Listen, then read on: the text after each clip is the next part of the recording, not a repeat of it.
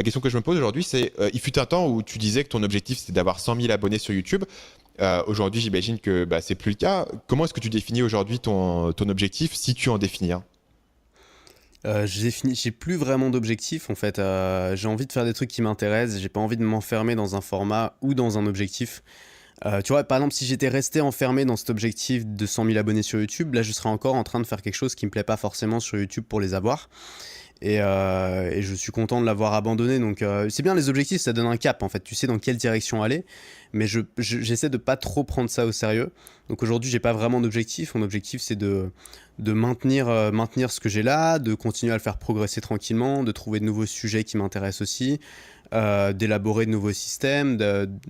La tranquillité est devenue vachement importante pour moi. J'aime bien être tranquille dans mon boulot. Je suis plus aussi ambitieux, on va dire. Qu'avant, j'ai plus vraiment envie de créer une grosse start-up ou créer un gros truc ou une grosse boîte.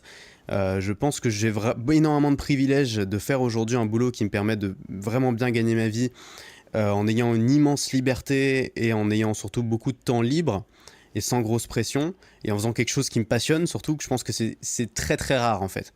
Et je veux pas changer, je veux pas tout arrêter, je veux pas mettre un objectif qui viendrait pourrir ça. On peut parler du coup un peu d'une journée type pour toi, à quoi ça ressemble?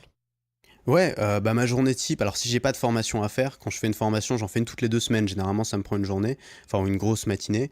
Sinon une journée type, c'est je me lève le matin, je sais pas, vers 9 heures, vers 9-10 heures. Ensuite, bah, je travaille, c'est-à-dire que j'essaye vraiment avant 13 heures, je prends aucun rendez-vous généralement, je prends rien. C'est du temps pour moi, je suis tout seul, je suis tranquille. Je lis un petit peu, j'élabore, enfin tu vois, je retrouve un peu ma liste d'idées, je trouve une idée de contenu, j'enregistre le podcast. Généralement, entre trouver l'idée, enfin la préparer et l'enregistrer, ça prend 1 heure à tout casser. Et je le mets en ligne, ça prend 10 minutes de le mettre en ligne. Et ensuite, enfin, ma journée type, ça peut paraître un peu choquant, mais si je me lève à 9 heures et que je j'avais pas de rendez-vous et que je travaille bien, bah, j'ai fini à 11 heures, tu vois. Et à 11 heures, ensuite, je vais au sport. Et à 15 heures, bah, tu vois, je fais ce que j'ai envie de faire, j'organise des trucs. Bon, là, en ce moment, c'est un peu bousculé parce que je vais être en déménagement, donc je suis en recherche d'appart, donc je fais une dizaine d'apparts par semaine là, à visiter. Donc mes journées type sont un peu chamboulées. Mais sinon, ma journée type, elle est tranquille, hein, j'ai pas à me plaindre. Et t'as pas cette idée de dire, parce que c'est un truc que beaucoup de gens connaissent, et moi je le connais très certainement, de dire ah, je pourrais faire plus, je pourrais faire tel projet, j'ai trop de temps libre. Tu sens pas ce désir de faire toujours plus? Ouais, bah, je l'ai eu pendant longtemps. Et je l'ai moins aujourd'hui. En fait, j'essaye de retrouver, ça va un peu vieux retraité de dire ça, hein, mais j'essaye de reprendre le temps de faire les choses. C'est-à-dire que pendant des années, j'ai essayé de tout optimiser justement pour avoir le temps d'en faire plus.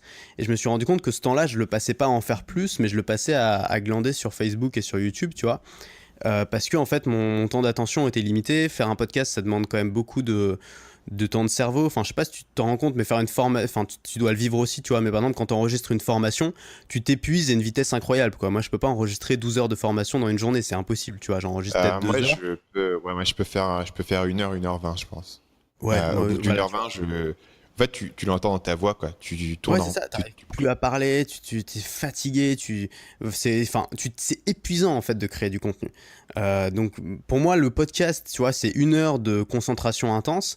Et ensuite, le reste du temps, bah, je prends un peu plus le temps de lire, je prends le temps de faire des trucs à la con, tu vois, genre, par exemple, avant, j'étais vraiment tout optimisé. Par exemple, j'allais à la salle de sport la plus proche de chez moi et j'y allais en trottinette électrique, tu vois, comme ça, j'étais en 5 minutes. Bah maintenant j'ai arrêté en fait, j'y vais à pied tranquillement. Ensuite je rentre, je vais faire les courses, tu vois. Pareil, je faisais mes courses sur Amazon Prime. Maintenant je reviens, enfin je fais mes courses moi-même, je prends le temps de les faire. Ensuite je rentre chez moi, je fais des jus, je fais de la cuisine, je fais des petites salades, ensuite je nettoie et tout. Et je prends le temps de le faire, je prends le temps de faire tout ce que j'essayais d'automatiser avant. Et ce temps-là, bah, je le passe aussi à me former, à écouter des audios, à écouter des podcasts, à réfléchir. Voilà, à faire des trucs simples en fait. Et bizarrement, en fait, le fait de faire ça, bah, ça m'aide à faire mon boulot, c'est-à-dire ça m'aide à trouver des idées, ça m'aide à trouver des idées de formation, ça m'aide à trouver des idées de podcast. Ça rend tout le process beaucoup plus facile qu'à l'époque où j'essayais justement de tout optimiser pour avoir plus de temps pour le faire. Je pense que quand ton boulot c'est de trouver des idées, des argumentaires ou ce genre de choses, il faut pas essayer de tuer le temps et d'optimiser le temps comme si ton boulot c'était de remplir des tableaux Excel, tu vois. Je pense que le temps est important et il faut se reposer, il faut laisser du temps au repos, quoi. Et est-ce que tu ressens cette sensation d'insécurité par rapport à ce que tu fais, dans le sens où tu te dis, il faut toujours faire plus pour protéger mon futur, tu vois, moi j'ai eu cette sensation qui est totalement irrationnelle, parce que je pourrais très facilement me reconvertir au moins dans un boulot dans le web marketing et probablement en consultant, même si tu vois, Ouais, ma c'est chaîne YouTube sûr. se pétait la gueule, etc. Et malgré tout, j'ai toujours eu cette sensation de dire, ah, tiens, bah, c'est bon, j'ai tant d'heures libérées dans ma journée, bah, je vais les investir dans un autre business ou à faire un autre truc, etc. Toi, est-ce que c'est quelque chose que tu ressens et que tu combats, ou c'est quelque chose que tu ressens pas? Un petit peu, si tu veux, il y a, ouais, c'est quelque chose que je ressens un petit peu, mais de moins en moins.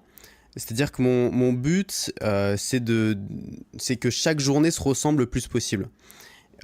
J'essaye pas, tu vois, de tout faire en un jour et d'étaler ensuite ou de concentrer les choses parce que tout ça, ça chamboule un peu le truc. Mais tu vois, si je fais, tu vois, si tous les jours je fais un podcast ou tous les jours je fais une vidéo, là, ça fait, tu vois, ça va faire 2 ans. J'ai créé quasiment un contenu par jour pendant 2 ans. Je vois pas pourquoi du jour au lendemain je serais plus capable de trouver d'idées, je serais plus capable de trouver de contenu, je serais plus capable de faire de formation. Ouais. Après, tu as des périodes, tu vois, tu as des périodes où c'est plus difficile, tu as des périodes où tu penses à autre chose, tu as des périodes où tu as d'autres priorités. Mais justement, en fait, le fait de garder cette espèce d'habitude qui est ultra simple et ultra basique, qui prend pas beaucoup de temps, mais cette habitude de faire un contenu par jour, quoi qu'il arrive ou presque, bah, ça te permet finalement de garder la confiance là-dedans. Tu vois, je pense que j'aurais pas cette confiance si je prenais des vacances, tu vois, ou si j'avais des semaines off. Donc j'ai plutôt confiance. Après, moi, j'ai pas un business automatique, c'est-à-dire que je vis pas la semaine de 4 heures, tu vois, j'ai pas une espèce de muse qui bosse à ma place. C'est-à-dire que si j'arrête de bosser aujourd'hui, si je fais plus rien, je vais continuer à gagner un petit peu d'argent parce que voilà, j'ai toujours des formations qui sont en ligne, mais je vais probablement plus gagner de quoi vivre dans les 2 ou 3 mois qui suivent, tu vois. Donc je me dis, si j'ai un gros problème et que je suis vraiment incapable de trouver des idées ou incapable de parler et tout, mon business il s'écroule. Mais j'essaie de pas faire reposer les choses là-dessus et de développer une compétence en fait dans laquelle j'ai confiance. C'est-à-dire qu'au lieu d'avoir confiance en ce que j'ai créé, en un système ou en un business, j'essaie d'avoir confiance en mes compétences et en mes capacités à rebondir en cas de problème. Et puis la dernière chose, c'est que alors ça c'est pas facile quand tu commences à gagner de l'argent, mais j'essaie de pas trop, ce que je faisais beaucoup au début, mais j'essaie de pas trop indexer mes dépenses sur mes revenus, de mettre de l'argent de côté. Là en ce moment j'épargne beaucoup pour dans le but de m'acheter un appart d'ici 1 an ou 2. Donc je pense que c'est aussi une forme de sécurité, mais ouais, à la base c'est un problème que j'ai connu aussi. Enfin tu vois, je pense que tous les entrepreneurs ou tous les indépendants connaissent ce problème-là, et même peut-être les salariés qui ont peur de se faire virer. En fait, c'est juste ce problème se matérialise différemment, mais je pense que c'est un problème universel. Salut, c'est Stan, j'espère que vous avez apprécié cet extrait du podcast Marketing Mania. Bien sûr, vous pouvez retrouver l'ensemble des épisodes du podcast, y compris les instructions sur comment vous abonner sur l'application Apple Podcast ou sur votre téléphone Android, en vous rendant sur mon site à l'adresse marketingmania.fr/podcast. Je vous ai mis le lien dans la description de cette vidéo.